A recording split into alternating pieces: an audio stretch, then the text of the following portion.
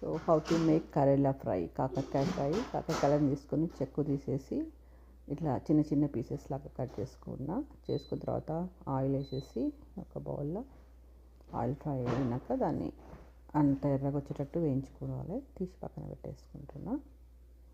మంచిగా ఫ్రై అవ్వాలన్నమాట ఆయిల్లో. సో చేదంతా పోతుంది దాంట్లో. ఇప్పుడైతే ఏమి యాడ్ చేయలేదు, ఉప్పులు గిట్ల ఏమి, తర్వాత యాడ్ చేస్తుంది తీసేసినాక. ఇప్పుడు అందులోనే మిగిలిన ఆయిల్లో పోపు దినుసులు వేసేసుకున్నా. పసుపు and ginger garlic paste add చేసేసి కొంచెం మిక్స్ చేసేసుకొని అందులో ఆనియన్స్ వేసేస్తే ఇప్పుడు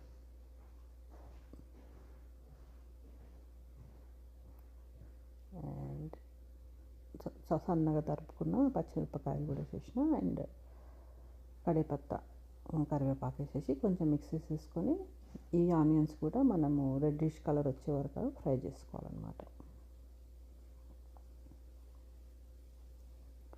మధ్య మధ్యలో మిక్స్ చేసుకుంటుండాలి.